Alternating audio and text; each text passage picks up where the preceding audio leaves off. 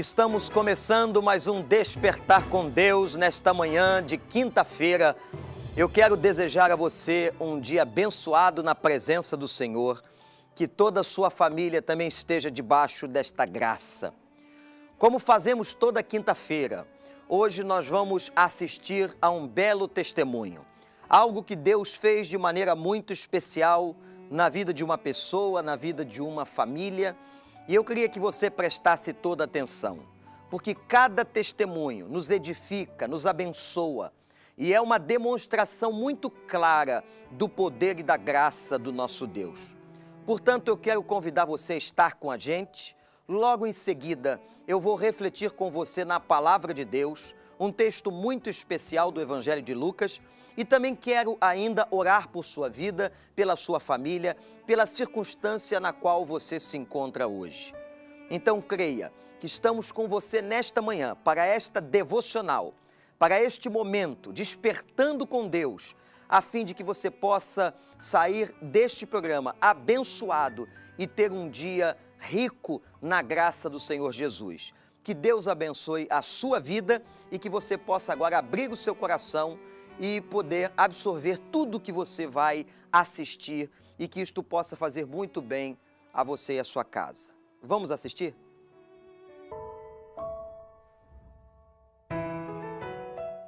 Eu sou o Felipe, essa é a Ellen, somos de uma família de 4 membros, onde tem também o Samuel com 5 anos e essa pequenina aqui é a Isabela. Nossa experiência com Deus tem a ver hoje com a Isabela, em particular sobre tudo que ela passou até o dia de hoje. Para começar a contar, tem que contar um pouco da nossa vivência com Deus. Eu e Ellen já somos casados há 9 anos. O Samuel nasceu quando estávamos vindo para a Igreja do Recreio, onde temos 5 anos de recreio, e o Samuel também tem essa mesma idade. Já tínhamos uma família muito feliz, mas o nosso sonho permanecia ainda em crescer a família. Demorou um pouco convencer a Ellen, mas depois de convencida a gente sonhou, planejou e Isabela foi concebida. Ela foi concebida no começo de 2012 e começou realmente o processo da gestação. Foi nesse processo que a gente começou a sonhar e imaginar o que seria, A gente não sabia que ia ser uma menina, o que nos aguardava, realmente o que Deus tinha preparado para nós. E ao longo dos meses descobrimos que era uma menina, a gestação corria tudo bem, até que a gente foi realmente pedido um exame específico para a Isabela. Já tínhamos feito todos os normais, a translucência local, a morfológica, todos os exames realmente de rotina dentro de uma gestação. E faltava um último exame, que era o ecofetal. No 6º mês. No 6º mês foi pedido esse exame, só que eu não conseguia marcar. Então demorou-se um mês para mim conseguir uma data. E com 7 meses eu fui fazer. E chegando lá, a posição dela não colaborava, porque ela estava transversa e o médico ele precisava visualizar bem o coração dela. Tinha que estar nítido, tinha que estar ela com uma posição boa. E aí ele mandou que eu voltasse depois de 3 semanas para ver se ela mudava a posição. E aí com 8 meses já, final de outubro, nós voltamos lá para fazer o exame. E aí não teve como deixar Samuel em casa, ele junto. E criança curiosa, vendo tudo no consultório, o médico fazendo umas caras feias, eu falei, bom, meu filho deve estar atrapalhando o exame. Quando eu pensei em falar pro doutor, deixa doutor, ela não está colaborando de novo, Aí ele colocou a mão no meu ombro e falou assim, mãe, tô vendo um problema aqui, sua filha ela tem um problema no coração. E ali eu fiquei muito abalada, porque era um sonho, ter um segundo filho, correu tudo bem a gestação toda, e faltando um mês para o nascimento dela, a gente tem um diagnóstico desse. Aí ele pediu para que eu voltasse na próxima semana para ele confirmar o diagnóstico. E aí nós voltamos, compartilhamos isso com o nosso pequeno grupo, ficamos todos em oração. E na semana seguinte, Isabela colaborou muito, ficou de frente e o médico pôde ver assim com perfeição que realmente havia um problema no coração dela. E o nome, problema. Era uma transposição dos grandes vasos, né, onde realmente os canais, né, de oxigenação para o pulmão, para voltar para a corrente sanguínea, estavam invertidos, né, e ela precisaria realmente de uma cirurgia corretiva, né, logo nos primeiros dias de nascimento. Então a gente meio que ficou preparado para esse momento, né, que ninguém, eu acho que está preparado, mas Deus já começou a conversar conosco a partir daquele momento. Né, a gente sempre imaginou, sempre viu, mas nunca pensou realmente que poderia acontecer conosco. E aí começamos a passar por esse momento de intercessão, oração, junto com o nosso pequeno grupo e também com a igreja toda orando por nós também. No primeiro momento assim que eu soube, eu tive duas escolhas, na realidade, porque nós somos carne. Ou eu me desesperava, chorava, me descabelava, ou eu colocava minha confiança em Deus. Então eu preferi confiar no Senhor. Em nenhum momento de tudo que nós passamos eu fiquei pensando, por que comigo? Eu sou serva do Senhor, por que isso está acontecendo comigo? Eu não fiz nada, mas eu só pedi ao Senhor para me dar forças, para me ajudar a passar por aquela situação da melhor maneira, né? Que Ele nos desse sabedoria. Então eu não consegui imaginar minha filha na UTI, principalmente eu não consegui imaginar um recém-nascido acabado de, né, tão novinho, ir para um centro cirúrgico, abrisse o peito, e, enfim, isso não passava pela minha cabeça, eu não aceitava isso, eu não conseguia imaginar isso. Mas a minha oração até o dia do nascimento dela foi: Senhor, eu sei que o Senhor é soberano, e eu sei que minha filha pode nascer curada. Ela tem 2 diagnósticos comprovados que ela tem a transposição dos grandes vasos, mas eu sei que ela pode nascer, os médicos vão avaliar de novo e ela não vai ter nada. E a minha oração até o nascimento dela foi essa. Eu fiz a bolsa dela, levei as lembrancinhas para a maternidade e fui crendo que a minha filha, ela podia ir para o quarto. Mas ao nascer, não foi bem assim. Aí passamos para o plano B. Pedimos que o Senhor estivesse tomando conta e na direção dos médicos. O quadro meio que o que estávamos esperando, né, deu uma mudança total, né, no primeiro dia mesmo, ao nascer. Ela foi realmente, aconteceu todo o procedimento que era necessário, ela foi levada para a UTI, né, foi realmente necessário fazer uma medicação para que o canal fosse mantido aberto, para que ela não precisasse dos vasos, só que o canal já nasceu praticamente fechado, né, e nem a medicação não estava fazendo efeito, né, o canal não abria de jeito nenhum.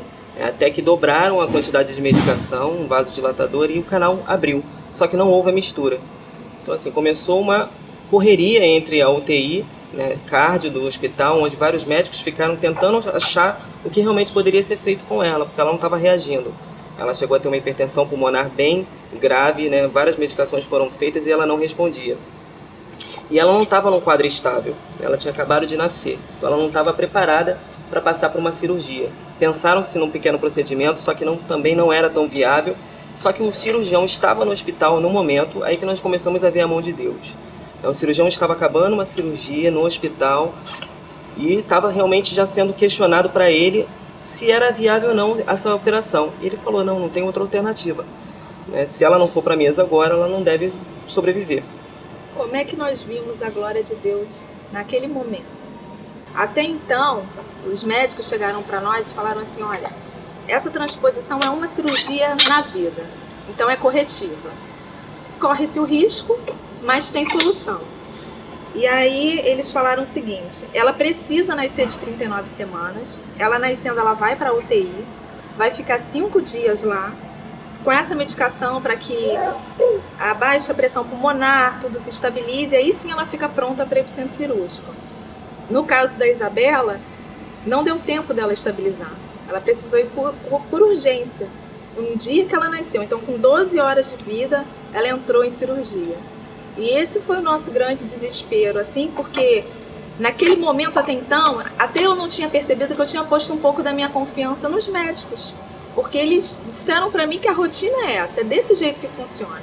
E quando eles chegavam no quarto descontrolados, só dando notícia cada vez piores, dizendo que ela não estava bem, que não estava respondendo a nenhum tratamento, então isso começou a me desesperar também. Até que a psicóloga chegou no final da noite pra mim e falou assim, mãe, você não vai conhecer sua filha? Como dizendo assim, olha, ela pode morrer e você nem viu. Então eu fui, sentei na cadeira. Quando eu estava indo, o pastor Júnior chegou lá e falou assim: eu posso orar por vocês antes de vocês descerem? E ele fez a oração, e uma palavra que eu guardei comigo no momento em que eu fui vê-la é que ele disse assim: Ellen, pode estar tudo fora do controle dos médicos, mas é Deus que está no controle. Então aquela palavra me confortou. E quando eu cheguei lá, eu vi ela no bercinho, na incubadora, né, o bercinho estava bem quente para poder aquecer, mas ela estava gelada, ela estava roxa, os lábios roxos. A saturação dela era 25, na época eu não entendia bem, mas a saturação ela significa oxigênio no sangue. E ela só estava com 25% de oxigenação no sangue, por isso ela estava tão mal. E tinha um enfermeiro lá de plantão cuidando dela, ele alisando ela e falou assim: mãe, só Deus. Isso aqui é só Deus, só um milagre. Mas assim, naquele momento, eu vendo a minha filha pela primeira vez e toda roxinha, eu não me desesperei, porque eu guardei aquela palavra.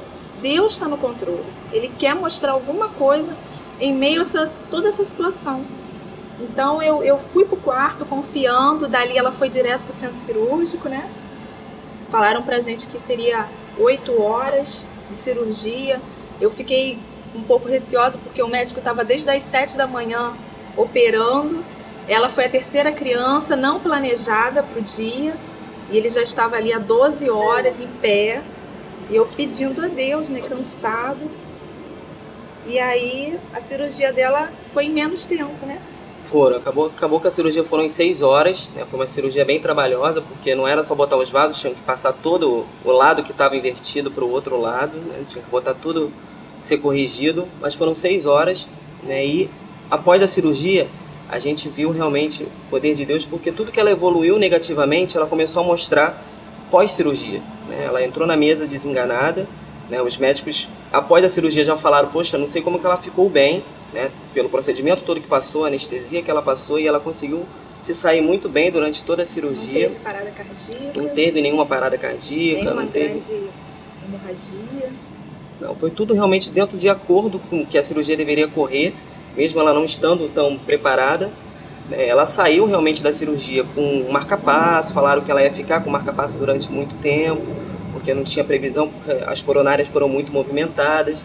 A gente ficou um pouco preocupado, mas já estava entregue na mão de Deus. Então, a gente meio que descansou. E foi o que foi acontecendo, né? O pós-cirúrgico dela mostrou uma parte de realmente de intimidade nossa com Deus, porque Deus foi mostrando realmente que Ele nos ama. Porque no terceiro dia, ela teve uma arritmia muito grande e não sabiam o que eram, né? E tiveram que desligar o marca-passo para fazer uma asepsia nela e melhorou. O marca-passo estava atrapalhando ela.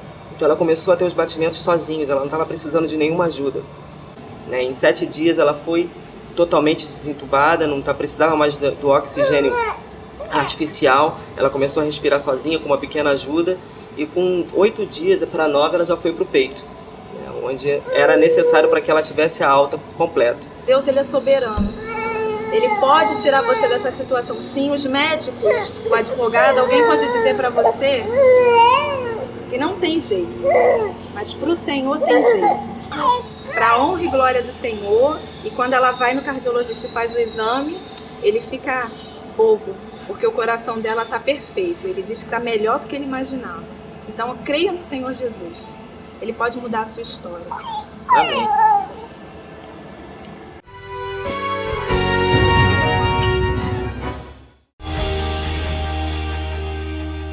Sabia que o câncer de boca é uma doença que preocupa muito o cirurgião dentista? Ele é um dos tipos de câncer mais frequentes na população brasileira. Afeta mais homens acima de 40 anos, mas também afeta as mulheres. O fumo, o álcool, a deficiência na higiene oral e o uso de próteses mal adaptadas são fatores de risco. Pessoas nessas condições devem consultar o dentista uma vez ao ano. Nesse caso, prevenir é melhor do que remediar.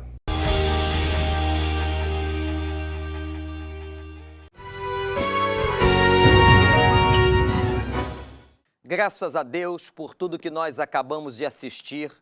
Como é maravilhosa a graça e o amor de Deus pelas pessoas. Nós cremos num Deus que faz, num Deus que restaura, num Deus que é capaz de mudar qualquer situação, num Deus que atua com poder e graça na vida das pessoas. Mas eu queria neste momento refletir com você na palavra de Deus Há um texto muito especial e muito conhecido, até para aqueles que não são habitualmente leitores da Bíblia.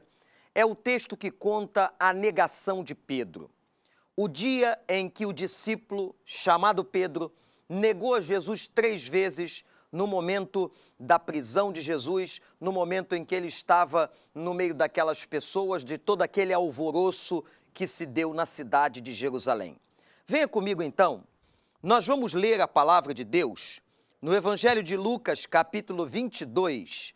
Eu quero ler a partir do versículo de número 54. Se você tem uma Bíblia, pode abri-la. Se não, preste atenção nesta leitura quando a palavra de Deus declara: Então, prendendo, o levaram e o introduziram na casa do sumo sacerdote, e Pedro seguia-o de longe. Tendo eles acendido fogo no meio do pátio, e havendo-se sentado à roda, sentou-se Pedro entre eles. Mas Pedro o negou, dizendo: Mulher, não o conheço.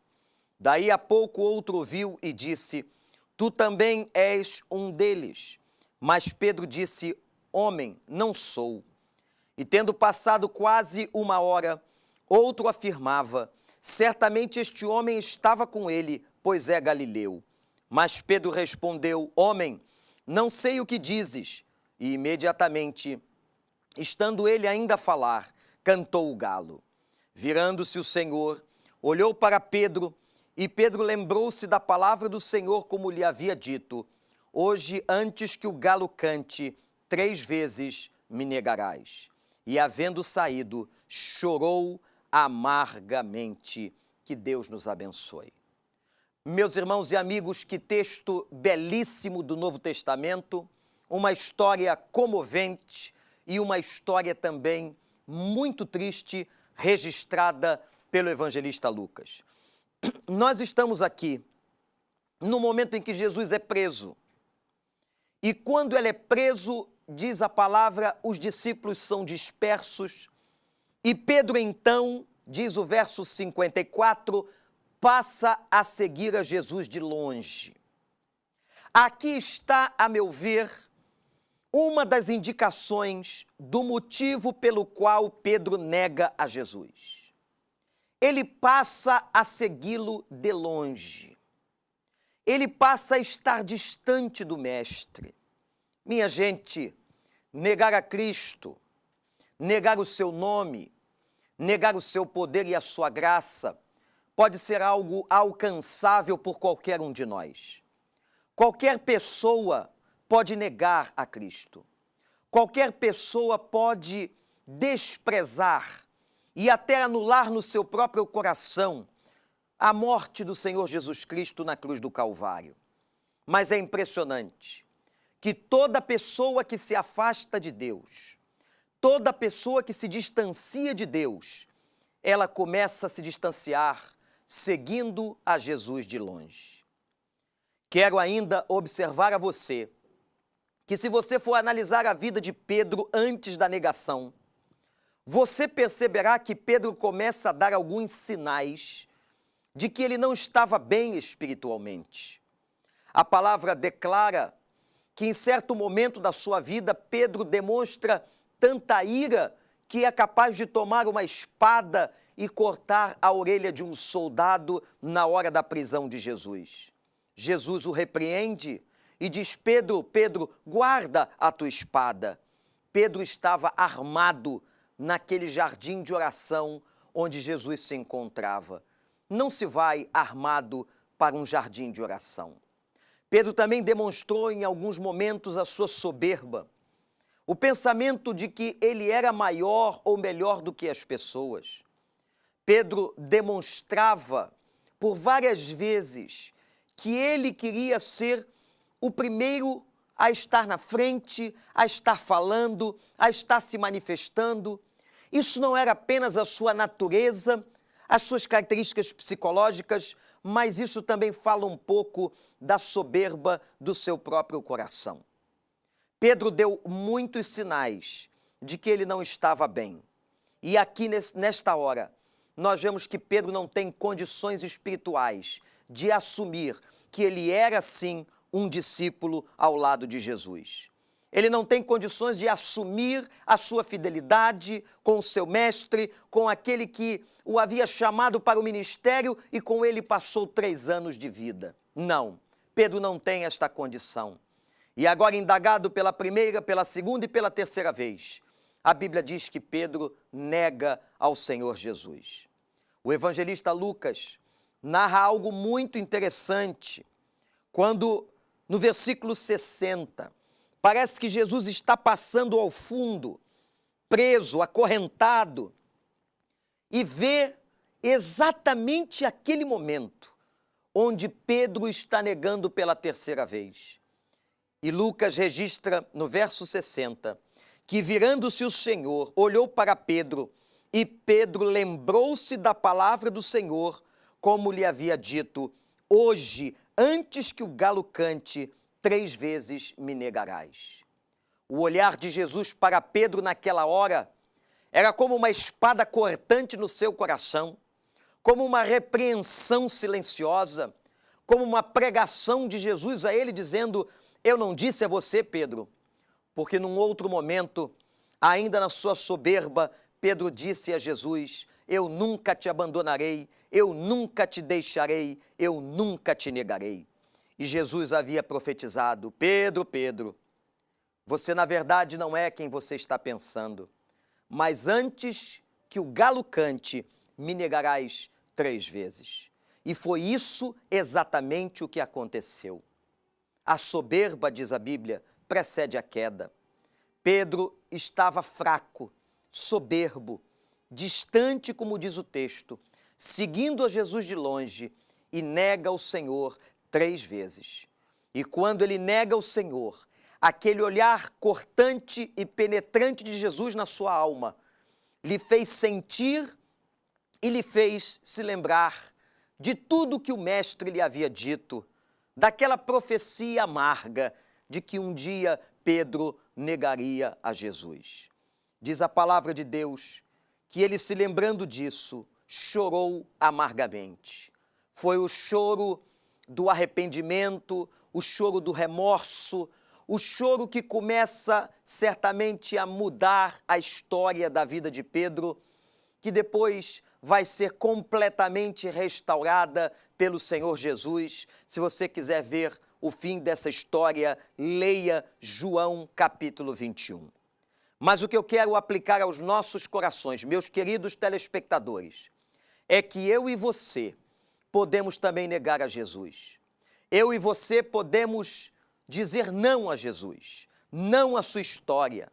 Podemos também mostrar com o nosso comportamento que não somos discípulos de Jesus. Podemos, com a nossa fala, mostrar ao mundo e à sociedade que nós, na verdade, estamos longe dele. Temos que tomar todo cuidado para que não demos esses passos que Pedro deu, os passos que provocaram uma fraqueza espiritual em sua vida e que, consequentemente, levaram Pedro à ruína e à queda e à negação de Cristo. Não podemos seguir a Jesus de longe. Jesus tem que ser seguido por nós de perto, com muita intimidade, com muito aconchego, com muita comunhão, com muita oração, com muita leitura da sua palavra, com muito louvor e adoração ao nome dele. Temos que ter uma vida muito próxima a Jesus Cristo. Não podemos também ter um coração soberbo, acharmos que nunca vamos cair. A Bíblia diz: aquele que está em pé, cuide-se para que não caia. Não podemos nos ensoberbecer, não podemos estar distante dele. Temos que tomar conta do nosso próprio coração, para que não venhamos a cair no pecado e na armadilha que Pedro caiu quando nega a Jesus naquela noite, diante de tantas pessoas, dando um péssimo testemunho. Eu quero daqui a pouco concluir esta palavra, orar por você, que você possa refletir em tudo que foi dito aqui.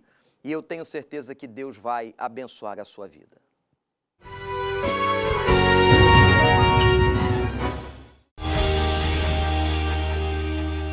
Sabia que o câncer de boca é uma doença que preocupa muito o cirurgião dentista? Ele é um dos tipos de câncer mais frequentes na população brasileira. Afeta mais homens acima de 40 anos, mas também afeta as mulheres. O fumo, o álcool, a deficiência na higiene oral e o uso de próteses mal adaptadas são fatores de risco. Pessoas nessas condições devem consultar o dentista uma vez ao ano. Nesse caso, prevenir é melhor do que remediar.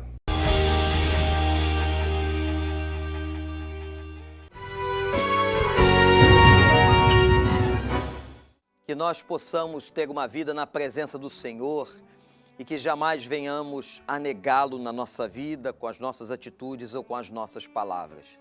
Eu quero orar por você, para que Deus lhe ajude a que nunca você venha tropeçar, que nunca você venha seguir a Jesus de longe e que nunca você o deixe em nenhum momento da sua história e da sua existência. Pai de amor, obrigado por esta manhã, por este amigo, amiga que nos assiste agora. Que o Senhor dê graça, que o Senhor abençoe o coração desta pessoa. Tu sabes o que ela está passando, suas dores, suas lutas. Não sei se ela está num hospital, num leito de enfermidade em casa, num presídio, numa situação difícil. Ó Deus, opera com poder sobre esta vida e que ela possa decidir todos os dias de sua existência viver ao lado de Jesus Cristo. Que nunca venhamos a negá-lo com as nossas atitudes ou com as nossas palavras, mas que sempre possamos honrar ao nome do Senhor. É no nome dele, Jesus Cristo, que nós oramos. Amém e amém. Eu quero convidar você para hoje à noite, às 20 horas, estar conosco na Igreja do Recreio. É dia de culto e um culto muito abençoado com louvor, oração e a palavra do Senhor. E não se esqueça que de segunda a sexta, aqui na Band, de 7 às 7h30, o nosso Despertar com Deus. Eu quero te fazer um convite muito especial. Nós vamos estar realizando na nossa igreja no Recreio o maior congresso de liderança de todo o mundo, o Summit 2013, que vai acontecer de 31 de outubro a 2 de novembro. E eu quero te convidar. Estará conosco presente ao vivo o pastor Bill Raibos, da igreja de Willow Creek, em Chicago, nos Estados Unidos. Ariovaldo Ramos, Armando Bispo, Paulo Mazzoni, são outras atrações que nós vamos ter lá, gente falando para líderes. Você que trabalha no mundo corporativo, que exerce liderança em qualquer nível da sociedade, eu tenho certeza que este congresso fará muito bem à sua liderança e à sua equipe. Faça a sua inscrição no nosso site www.igrejadorecreio.org.br. O nosso telefone 2437-3015. Ligue para nós, faça a sua inscrição, participe. Essas e muitas outras atrações, preletores internacionais, vão estar em teleconferência conosco durante este Summit, que terá preletores ao vivo e preletores em teleconferência. Que Deus possa abençoar o seu dia, que você viva um dia na presença do Senhor. E amanhã eu estarei aqui com meu amigo pastor João Emílio para mais um Despertar com Deus, mais uma devocional cedinho às 7 horas da manhã, que eu tenho certeza que também vai abençoar você e a toda a sua família. Muito obrigado pela sua audiência e amanhã nos veremos.